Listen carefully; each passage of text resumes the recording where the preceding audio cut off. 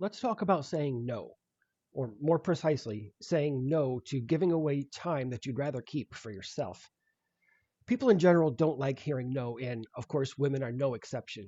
In fact, the moment you start setting boundaries around your time, you're likely to get some resistance, whether it's subtle guilt trips or outright verbal abuse. It could be anything from skipping a church picnic to fix your gutters, or even simply telling a woman that you need a couple of days of downtime to get your energy back that could lead to confrontation. For a lot of guys, there's a good chance that you'll eventually be pressured into doing something that she wants when she wants, while your needs and priorities are put on hold. But the lesson I want to cover today is that saying no to other people's demands on your time doesn't mean that guys are doing anything wrong. My point here is to reinforce that you're doing things right when you hold or add value to your personal time by restricting other people's access to it. Because saying no is a requirement for maintaining your confidence and self worth. So today's topic comes from self concept theory because you can be smart, disciplined, successful, wealthy, respected, all of those things. But if you're constantly available at the drop of a hat, you're conveying a lack of personal value every time you say yes, but you'd rather say no. But real quick, I've invited YouTube and Patreon members to join me on a Zoom call this Sunday, the 26th, to get some feedback on the channel and just to talk and meet. So guys, don't forget about that. And if you're interested in content that doesn't make it here, those links are in below. Okay, so let's jump in here. Most of what I'll be referring to comes from one of my favorite and comprehensive assessments of self-esteem. It's in this 2003 article by psychologist Michael H. Kernis. This is a theoretical reframing of self-esteem that's more than simple high versus low and involves a concept that breaks down aspects of self-esteem and describes it more along the lines of being stable or unstable. And in it, Kernis argues that having high self-esteem doesn't necessarily mean that you're psychologically healthy. What matters is what kind of self-esteem you have. Now, I won't get into the entirety of Kernis's full theoretical assessment here, but I'll rather discuss aspects of it as they relate to men's self-esteem in romantic and other interpersonal relationships. As always, I'll leave a link to this direct source so that you can download it, and that'll be in a pinned comment. Seriously, I highly recommend downloading a copy and having a read. It's really good. So let's start with this statement by Kernis. Authenticity can be characterized as the unobstructed operation of one's true or core self in one's daily enterprise. Essentially, when your time is constantly being redirected by others, your wishes or needs are no longer unobstructed. Think of time as your filter that informs people what you care about and where your boundaries are.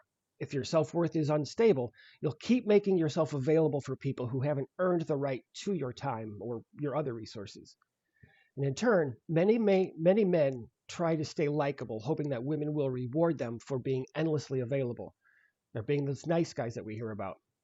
So to be her hero, they cancel gym memberships or they'll miss a little bit of sleep, thinking that she will acknowledge what a great guy he is.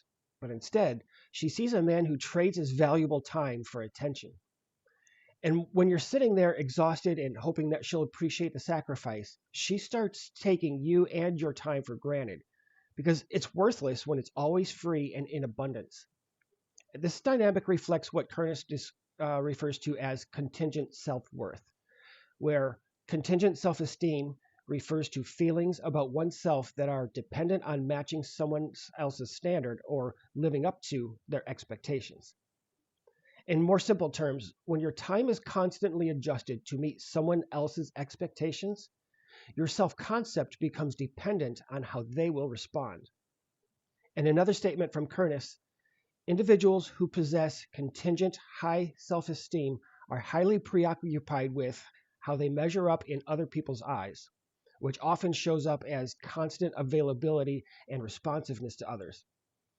Kernis also reported that true high self-esteem develops when one's actions are self-determined and congruent with one's inner core self. I love that line. So saying no to people's request for their time doesn't scare guys who have confidence. In fact, it centers them by reinforcing their identity. And especially in the early stages of dating, or really any type of interpersonal relationship, you may think that constant availability is showing kindness or that it indicates some form of loyalty. And I get it. Saying no feels risky.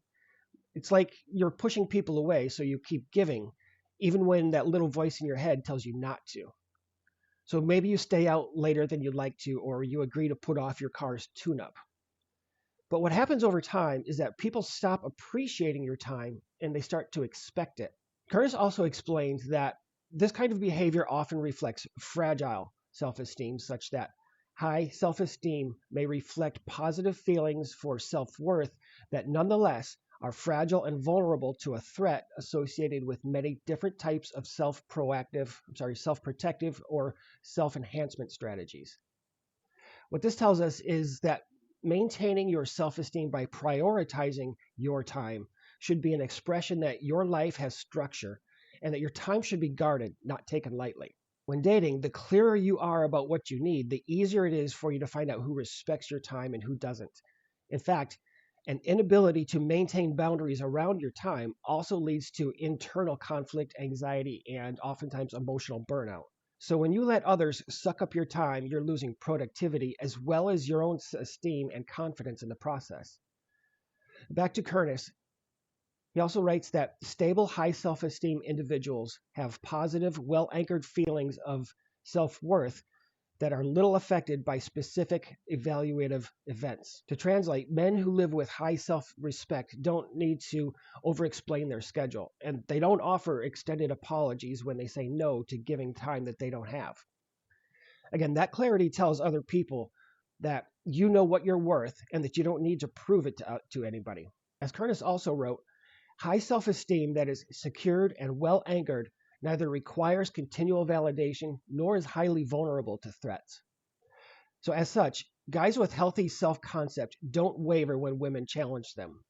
Instead, they make decisions based on internal values and express consistency that strengthens their identity.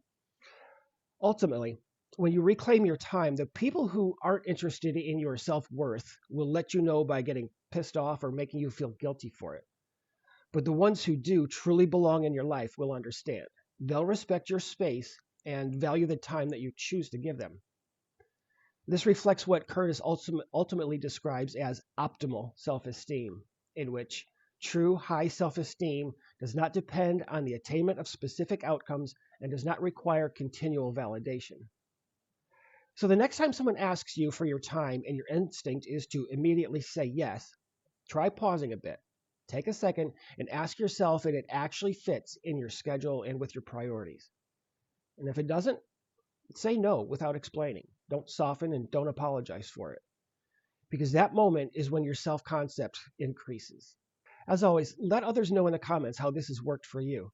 How have women responded when you've restricted your time? For more psychology-based discussions like this, check out one of these videos. And if you could use some personal advising on masculinity in relationships, go to ropepress.com and send me a message. Enjoy your day, guys. I'll see you soon.